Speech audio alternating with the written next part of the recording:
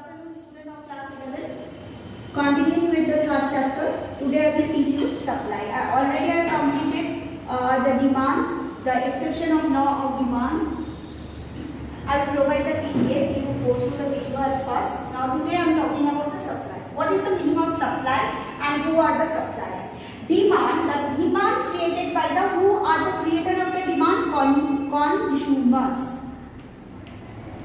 So who create demands in the market?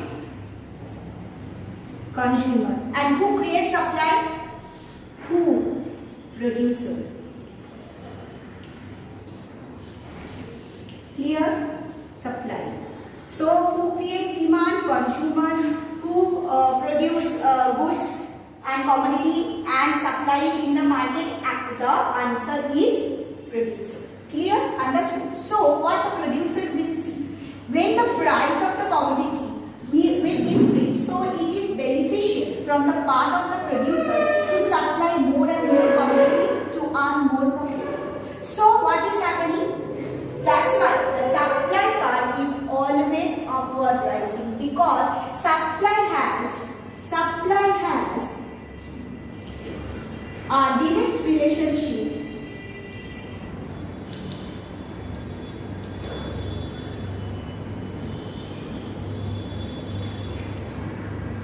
with the price of the product.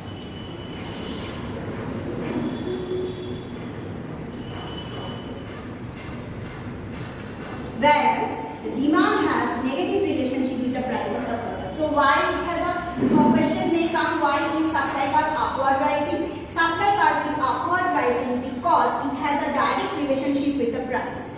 If the price of a commodity will increase, so it is beneficial for the producer to supply more and more commodity at a higher price. So higher will be the price and what will happen?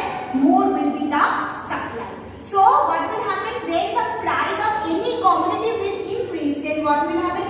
Supply of all that commodity will increase. Okay, I have given one concept. Now see what is happening.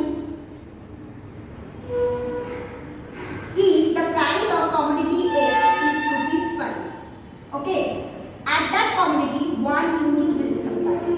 Now the price of the product will increase and reaches to the point 7. So at that level 2 commodity will be supplied. Now again it becomes 8. So sorry, 8 now or 9. Px3. So what commodity will be supplied? More than that. 3. Suppose these are all arbitrary figures. So add up the point A, point B, point C. If I will join all the points, then I will get S1 supply. So supply is an upward rising curve, keeping a direct relationship with price. Okay. Now another concept I have given, giving, it is not in the book, but you should know in class 12 you have this concept. See, I am wrapping up this part.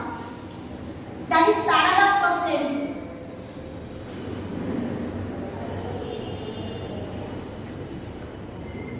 Paradox means riddle. Dhada will call you what we are saying. Paradox of plenty. It is very important. What is that? What I have said, that when the price of the product is increasing, supply will increase. But that doesn't mean if a product has more supply in nature, or if the availability of any element is abundant in nature, in that case the price of the product will not increase. What I have said, I have just said a opposite thing. I have said if a commodity has a natural supply in the economy, in that case that particular product doesn't have more price. Example air. It is a natural resource, abundantly available in the nature. If I will take what is the cost of the air, what is the answer? No price. Because these are abundantly available in the nature. But if you will go to the AC cinema hall,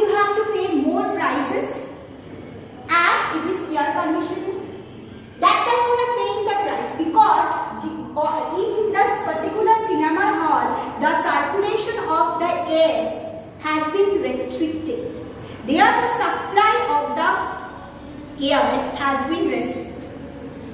Another example, that's why we are giving the what? Price for that. Another one example, see water. Water is a natural resource.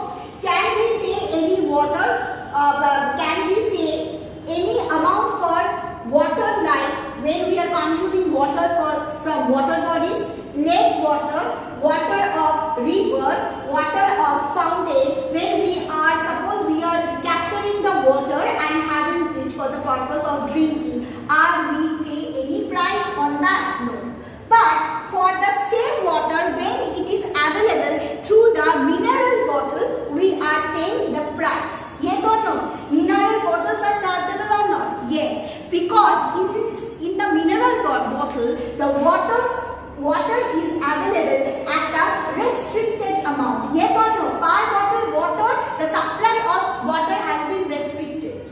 But when this water is available abundantly in nature, the human being is not paying a single price of that. That is called paradox of plenty. Yes, when suppose in mineral bottle, in a bottle, what happened when we are purchasing the mineral water? That time we are getting a limited amount of water in the water bottle. In a can. Whatever, for that reason we are paying the price, because the supply of water is limited here. But are we paying any price for river water, fountain water? No. Ocean water? No. Because these are abundantly available. So, if any commodity whose supply is plenty in nature, it is generally happening with the natural resources, that time we are not paying anything. Yes, suppose the example of minerals.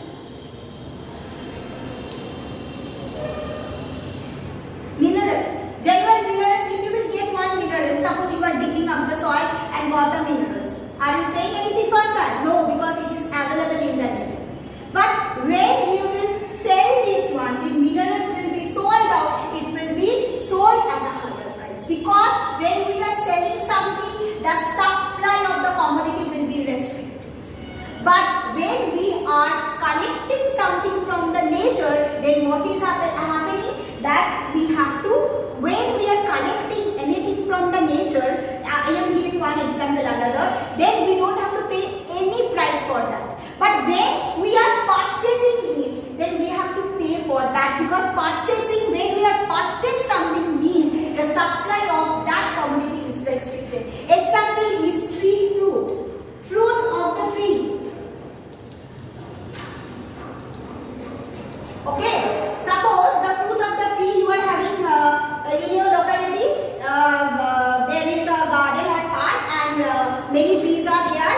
You are plucking fruits and flowers from every day. Are you paying for that? No. And if you will go to the market and purchase the fruit and the flowers, you are not paying for that? Yes. The natural commodity, when it will be supplied in a restricted manner, on that commodity we are paying price. But when the same commodity available in nature at abundantly, in plenty, in that case we don't have to pay any price for that. That's why it is known as paradox of plenty. If any commodity is available in the nature, abundant, in that case the human beings is not paying a single amount of penny to acquire it.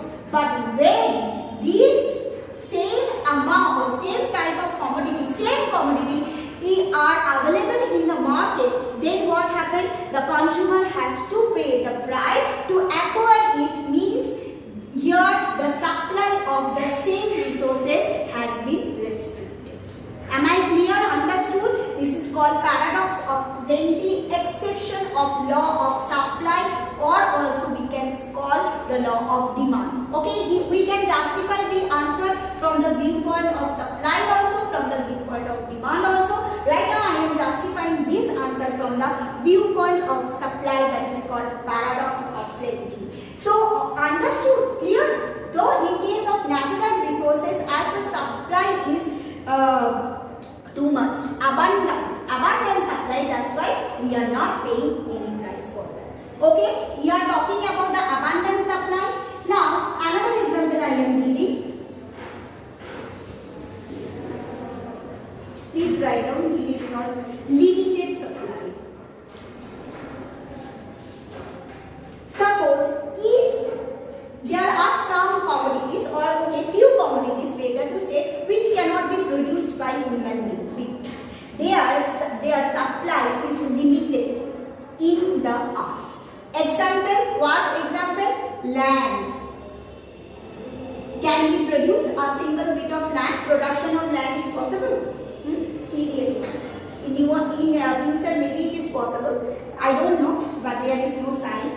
But if still yet the human being cannot produce a single inch of land. So that's why the land doesn't have any depreciation. It has always appreciation.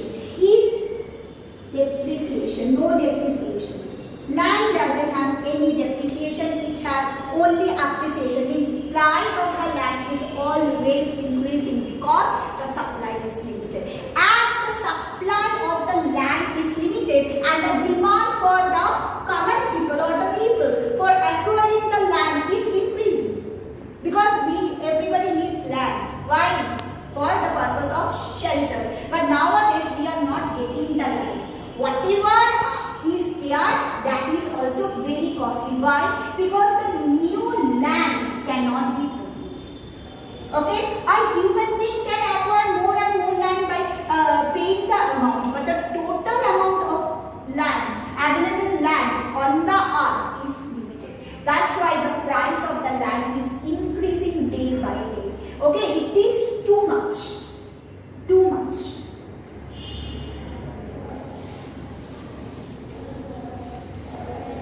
Just a minute. Land. So in case of land, what will be our shape of the supply curve? It is a vertical. Clear? O and A is the total supply of the land. This much is the total supply. Q and C, price. It is increasing continuously. We don't know at what level it will get stopped. Because we don't know. Really we don't know. It will increase. So we are talking about a supply curve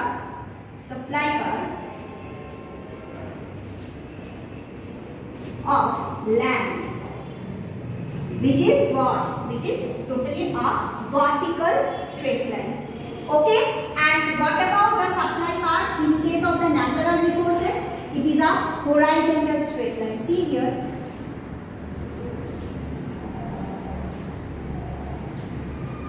Either a very less price or without any price, it can be acquired at any commodity. Okay, Q1, Q2, Q3, whatever, and this is the Qx. Suppose I am talking about the water. I am talking about water. So water, natural water, generally we are not paying any price. Okay. So at zero price also the water is available in nature. So when we are talking about the natural resources whose supply is plenty in nature, in this case the supply curve will be a vertical curve, and those commodities whose supply is limited in nature, highly limited in nature, in this case we will get a vertical curve. Okay, it is a horizontal curve.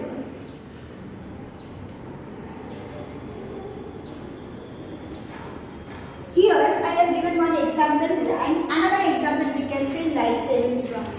Life saving drugs, any technology, any life saving drugs means these are not available at a greater rate in the economy. That's why these are very costly in nature. Okay, understood? Clear? Life saving drugs are very costly in nature because these are not available too much in the economy. That's why it is very costly in nature like land. So we have given two exceptions when in case of paradox of plenty, when the goods are available in nature in plenty